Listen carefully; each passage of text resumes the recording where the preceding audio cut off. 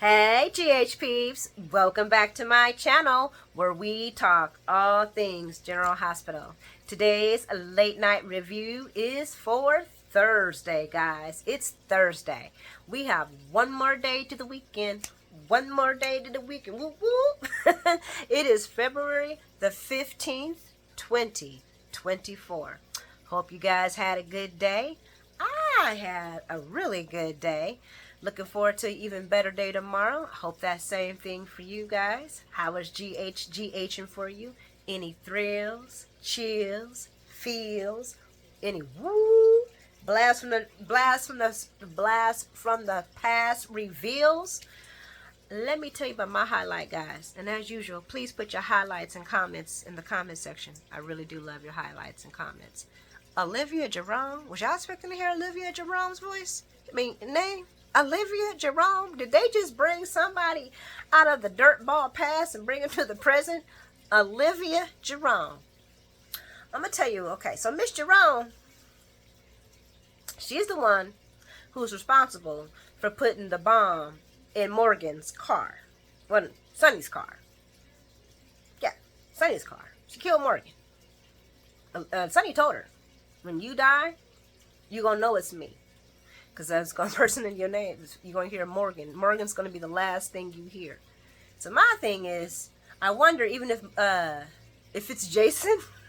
I wonder if it's Jason. I'm not saying it's Jason doing the hitting, because supposedly the prison transport got knocked off or whatever, and she was killed in that. I wonder if Jordan said Morgan. Olivia Jerome is also Ava and Julianne Jerome's sister. Yeah, Dinah's daughter. I think she's Dinah's daughter. Pretty sure she's Dinah's daughter too. Yeah. Let me see. Where was I? Not just that. She also kidnapped Robin and Griffin, Duke's son. She tried to use Griffin's body to bring back Duke. Told you guys, General Hospital used to be crazy. But that was a highlight for me.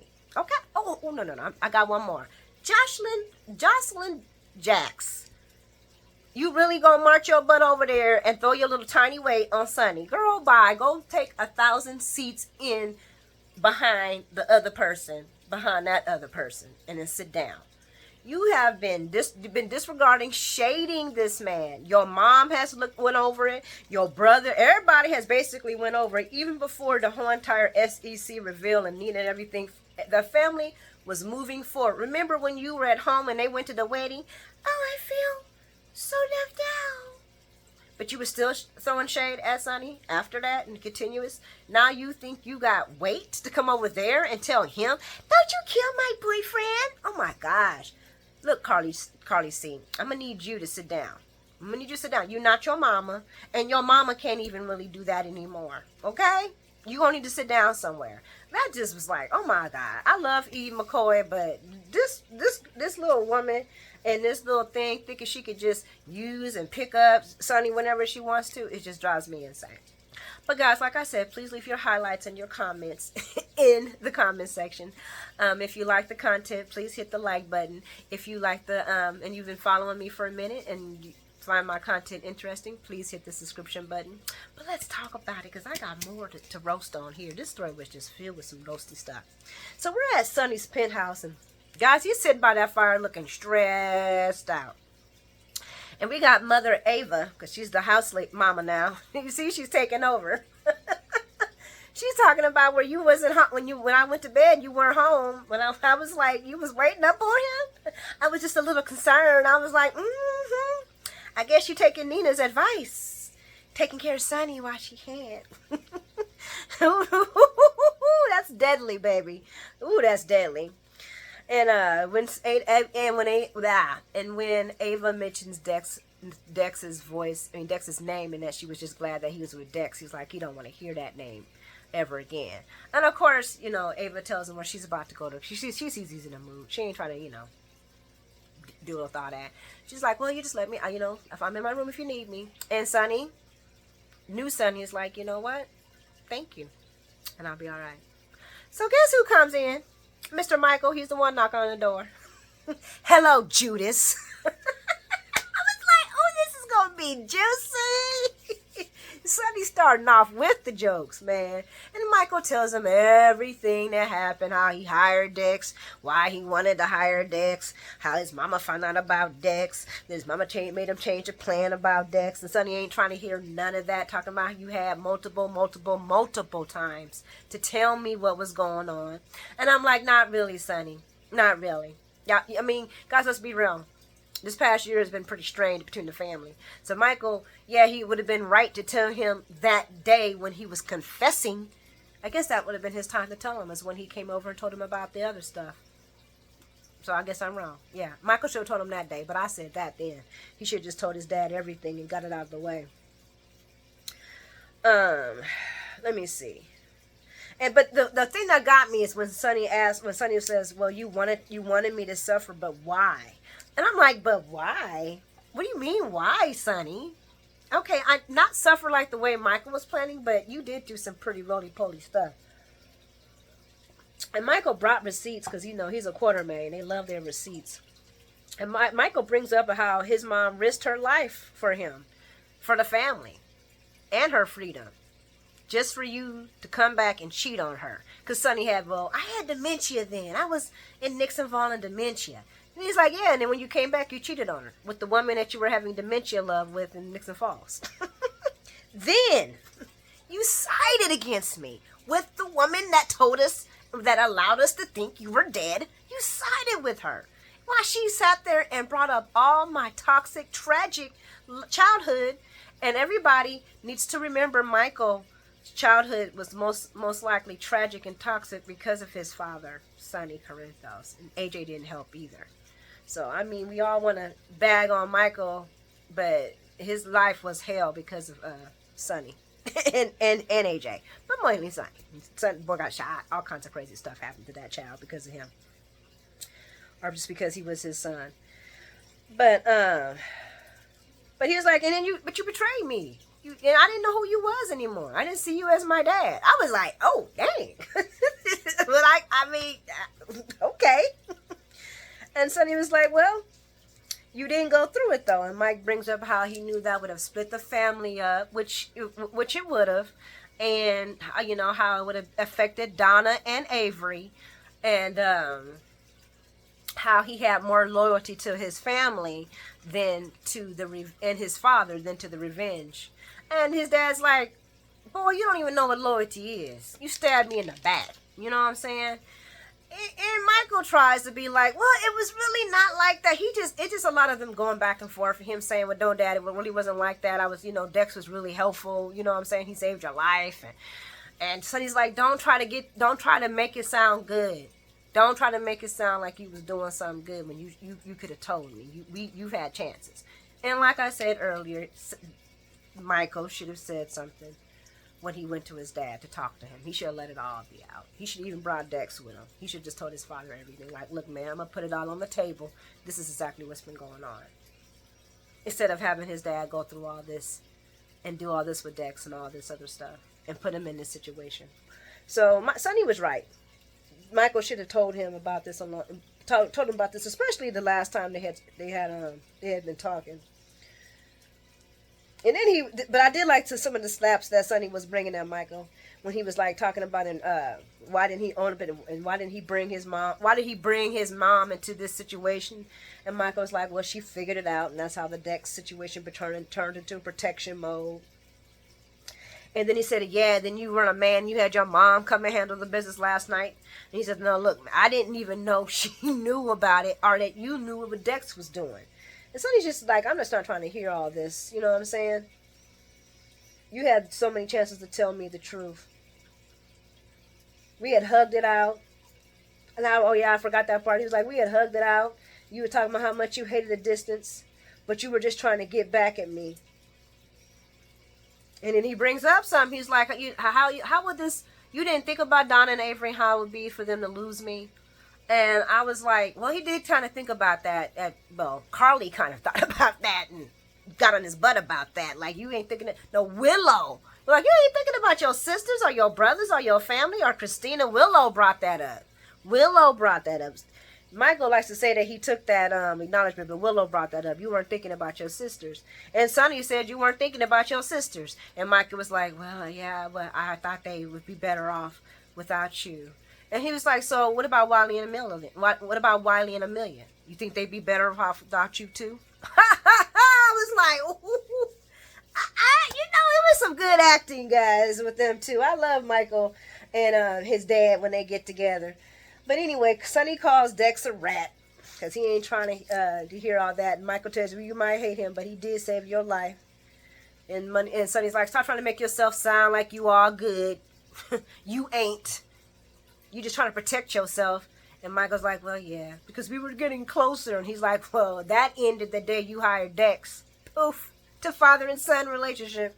At least temporary. They'll be all right. Let me see. And this, Michael does bring up a thing about Sonny pushing everybody away from him. But I had to look like he's pushing people away from him that's hurt him. That's betrayed him. And the person, who does he turn to? Ava. Because, of course, Ava heard the whole entire conversation. And now, Michael's gone. And she apologizes. She said it must really hurt that, Michael doing that to you. And she sees that Sonny just can't talk. And then she's about to leave. And he says, no, you can stay. You can stay. And he looked so humble. So open. And I was like, this is unfamiliar territory for me. A humble Sonny looking at and wanting to talk to Ava Jerome. Did y'all feel like the chill finally leave the room, guys? The chill left the room. And she says Sonny admits that he knew he was that Michael was going to come over there. He even knew that what Michael was going to say, but it still hurt just the same. And he was like, well, I don't even know why he came over. And he said to remind me that what Dex was and what Dex was doing and how he was protecting me. And Ava's like, well, he ain't lying about that. I mean, he did save our lives at Puerto Rico. We would not have gotten out of there without his assistance. And he's like, so you're saying that I should trust this betrayer? And I'm like, this is my personal opinion on that. No.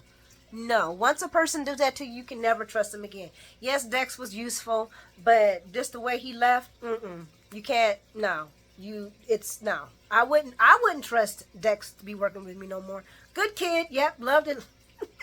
My little flyaway. Love to see you leave, but having him work for him anymore would not be a good look. I would know. That would not. I don't think Dex should be working with Sonny for no more. And that's just because, first of all, Dex ain't built for this job, and thirdly, he is disloyal. And everybody will see that he's disloyal. Everybody, all the bodyguards, that they look into stuff like that. They look at stuff like that. That's why him getting back, Nina being disloyal and snitching like that, that's not a good thing. But we'll see how that works out. Because, like I said, Ava does mention how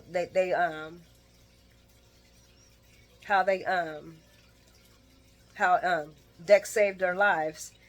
But she brings up also how Dex is very much connected to Sonny's organization and knows things that other people don't know, and how he could be useful to the wrong arms, to the wrong hands, and that his ship is already leaking. Well, Sonny says his ship is already leaking, and Ava's like, and we are far from the shore, and how much water can you take in? And Sonny looks at her, before we all go down. So now he knows that Dex ain't the person. And plus, Michael had brought that up too. That Dex is not the informer. You do have an insider in this situation. There is somebody you cannot trust. So it's crazy that they've all abandoned this man. And the one person that he's trusting is Ava freaking Jerome. I would have never in a million years. My minute is 14:20. I would have never in a million years thought that Ava Jerome would be the one that shoulder that Sonny leans on. Y'all let me know. Y'all let me know. Come on, guys. This is February 15, 2024. Y'all would have asked me this 5 years ago, 2 years ago, a couple of months ago. Yeah, no. Today. Sonny Corinthos. actually became vulnerable in front of Ava. We're going to move over to Dex's place, and I'm not going to spend a lot of time with this story. Dex tells Jocelyn about what's going on. Jocelyn wants to run away because she doesn't want anything to happen, because she's like thinking he's going to be free. You're free now. We can run. We can go. And Dex is like, well, the CIA, the DA, WSB, the mob people, everybody could come after me, including Sonny. Sonny could still come after me. He might have just been doing that to save face in front of your mom so she's not a witness. So I'm pretty much still a wanted man. And she's like, well, we'll just leave. We'll just run. And I'm like, here we go. And he's like, nah, that wouldn't be a life for you. You have your family. You want to be a doctor. And then she gets it in her little pretty head. I shouldn't call it little. Her little head. Yeah, her pretty head. That she's going to march on over there and she's going to tell Sonny the 1-2 and make him listen to her. Girl, you sniffing paint? You sniffing paint. Josh is sniffing paint. No, I'm just joking. She ain't sniffing paint. I love eating McCoy. Girl, bye. Like I said before, sit a zillion seats in the back seat. And sit your little butt down in there. Now how you been treating this man? You really think he owes you anything? Anything at all? Her family had forgiven this person, forgiven Sonny, going to the weddings, moving on with their life. Jocelyn's been the only one walking around looking all butthurt. And yes, Nina did, as you feel, screw your father over and your mother over. I hear that. But Sonny's family, and he's been her family for a very long time. And I'm just tired of her thinking she can pull him out like he's a cigarette or a lighter every time she wants to hit a cigarette she don't ever smoke. Every time, no. It's just, I don't know. I was just like bothered by her. Then she went over there marching. Let me in. I'm going to tell Sonny and Dante that you won't let me in. Because, of course, she leaves Dex's to go marching over there to Sonny's house. And then barking at the security guard. See, that should tell you right now that you're not family. The security guard recognizes family, Joss. You can't use your family Visa card whenever you want to. She's just trying to use that family Visa card, ain't she, guys? Ooh, we're going to move along to Christina's place.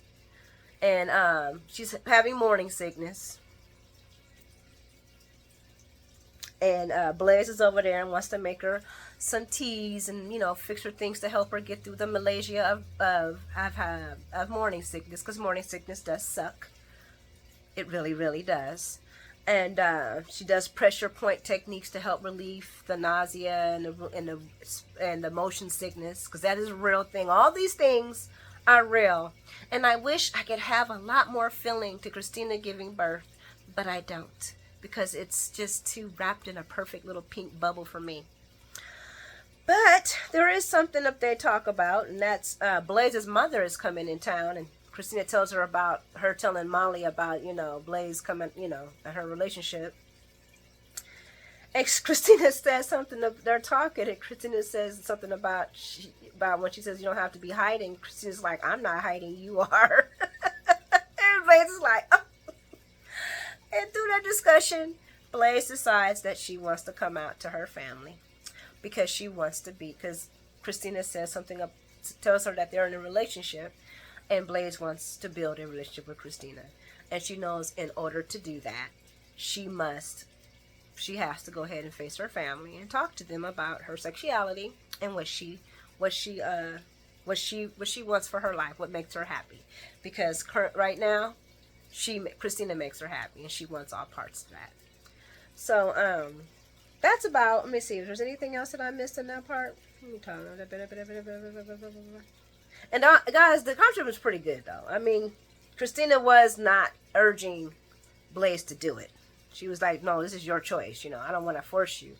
And Blaze is like, no, we're in a relationship, and if we want to be in a relationship, this is what we have to do to be in a relationship. So we're going to head on over to the Metro Court. And Nina has a meeting with somebody named Kara. And the girl just tells her she has to reschedule, then just hangs up on her when Nina tries to get the thing rescheduled. So basically, Drew has sabotaged Nina, and anybody in Aurora that's ever wants to work with Aurora cannot work with Nina. So he basically shot her magazine thing out the sky. At least Drew thinks he is. I'm just so tired of this Drew situation and this Nina situation. It's getting so boring, guys. I don't know. And you know what? Let's talk about something else. What about Nina and Drew? What y'all think? Next year from now, they actually have a cosmic energy together. They're both, and Nina, I love how Nina's be all up in his face. And da-da-da-da-da-da-da. And then as soon as Valentine was in the room, he's trying to take my hotel away from me. Oh, guys, I forgot. I should at least talk about that. So what is Drew's new plan to make Nina just go away forever? He wants to buy the Metro Court from her. And she's actually thinking about selling it. And I'm like, why? Why would you sell the Metro Court? I wouldn't even tell her to keep it because she needs to get back at Carly. Just why would she sell it? And why are they making Nina sound like she broke, like she ain't got no money? Like Drew said something about she would need it to get her little venture started. I'm like, Nina's a heiress. What are y'all trying to say? Y'all took Nina's money from her? She got some IRS tax evasion going on. I thought Nina was like she ain't gotta work. She doing this because for the shits and giggles. So it's weird that they're trying to make it sound like she has to sell the Metro Court, like she doesn't got it. Like Valentine has to fund her. Why does Valentine have to fund anything? It's just weird. But anyway, he wants to buy the Metro Court. Nina's like, I ain't going nowhere. Drew wants her out of town. Why? She got fit. Drew, you ain't even in town long enough to tell somebody to leave town, boy. Go on somewhere. You leave town. In fact, you going pretty soon. You is. By the end of March, you probably will be. So, okay. So, of course, Nina is giving him all the hate back. And she's like, you really think I'm that much of a competition? And he's like, what competition? I just think they snarky and cute together. I don't know. Guys, is it weird that I'm saying this? Nina and Drew and 2025? I don't know. I don't know. Maybe I just like Cameron Matheson. I don't know. He does tell Nina that Carly just wants to be done with this and have Nina out of her lives forever. But I think Drew was taking that too literal. You know what I'm saying? He just wants her to. He says, so if I can make you leave and make you pay at the same time, it's all the while worth it. And I'm like, just leave her alone. Leave her alone. Well, what more do I have? Yeah, so he still tries to. So when they're at the bar and Nina starts getting just a tad bit loud, he's like, calm down, calm down. That's when Valentine runs over and he's like, what's going on? And she's like, Drew's trying to make me sell the Metro Court to him. And I'm like, or trying to take the Metro Court from me. And I'm like, Drew can't take the Metro Court from you. Nina, he can't take it. And this is what makes me mad about not like Nina. You were just all in his face doing all this. Now a man's around and you're like, he's trying to take it from me. And then as soon as he's gone, she's back to being snarky again. Girl. Y'all always talking about Carly playing the victim. Your girl Nina was playing victim. But anyway, so we talked about the Valentine coming over there. So Nina then tells Valentine that she's ready to call in a retreat. And I was really happy to hear that, because maybe then we can focus back on her getting teamed back with her daughter again. But then Valentine, he tells her he can't believe she's giving up. And she's like, what, my magazine? He says, no, on revenge on Carly and Drew. And I'm like, oh, here we go. The men are being jerks. The women want to retreat, but the men are being jerks. Drew and Valentine. So Valentine makes some phone calls, and I'm thinking, Valentine's in charge of ELQ, right? Business-minded Valentine wouldn't really do something. Well, yeah, he would. He's pretty trivial. We'll see, because Valentine, he's got methods also. But Nina ain't done either. She's all for it. She's not gonna tell him no. So let's we do talk. Oh, Anna and Drew do have a good conversation.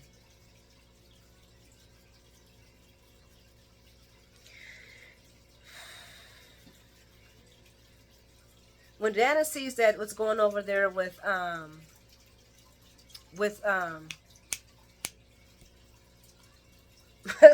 Nina, and Drew comes over. She says, "Is it all worth it? Is this worth it?" And Drew's like, "She's a big girl. She can handle it." And she's like, "No, I'm talking to you. All this you doing." And she says, "You just seem harsher to me." And all this, and hold on, guys. I'm sorry. I just got completely miscombobulated. When Anna asked Drew, "Is this all worth it?" Drew says she's a big girl and she could take it. And Anna lets him know she's talking about him. "You're harsher to me than you were before. You have every right to dislike Nina, but making her pay ain't gonna bring back what you lost." And I was like, facts, facts. And do you think Drew heard any of that?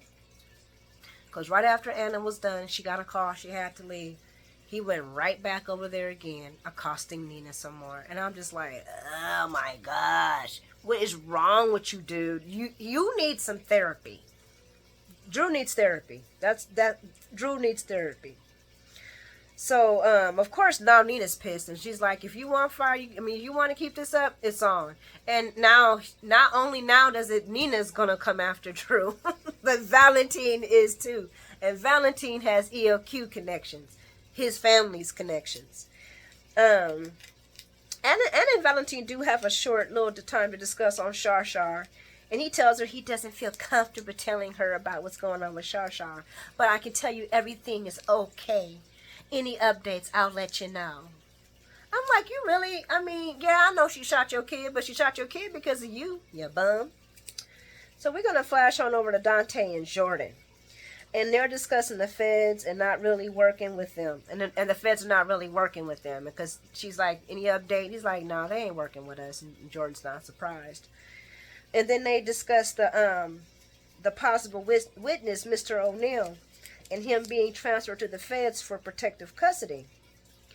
But Dante wants to make a deal to get him to talk, because he's facing some serious charges, and maybe he's wanting to save himself now. And Jordan's like, "Nah, we ain't gonna do that. We're gonna get him on some different charges, unrelated to the shooting. Something not Fed related in our jurisdiction, preferably a felony." And she's like, you know he's a criminal. This ain't the first time he's done crime. And Dante agrees with her on that. And I'm like, ooh. So that's the thing about it. So would O'Neill be pointing out Jason or somebody else? And I can't see. That's just weird. But anyway. So they're gonna keep digging, and that's when Anna walks in, and Jordan tells her that there was a prison transport was attacked, and one prisoner died, Olivia Jerome, a.k.a. Jerome Wrong, the crazy Olivia, a.k.a. Kidnap Bunny, make Duke come back, a.k.a. ruiner of Anna's life, a.k.a. unaliver of Morgan Corinthos. Olivia Jerome was a hot mess.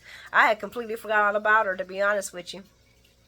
But anyway, guys, let me see. Did I miss anything? I'm trying to think. I don't have much to talk about as far as the I like to see Dante. I love seeing Jordan on the screen. She was looking badass in that cream suit. I love her and Dante working together. I love them showing her, like, she's on it. She knows that she wants to, that she needs to keep this man here, and the only way she can do it is by filing additional charges on him to stop the feds from taking her. She's trying to get ahead of things. I'm surprised they haven't questioned him already, though. And I'm surprised they haven't put protection on him. He's just walking around in Pentonville. Is he in Pentonville? I gotta look again. But he already got protection on him? That's crazy.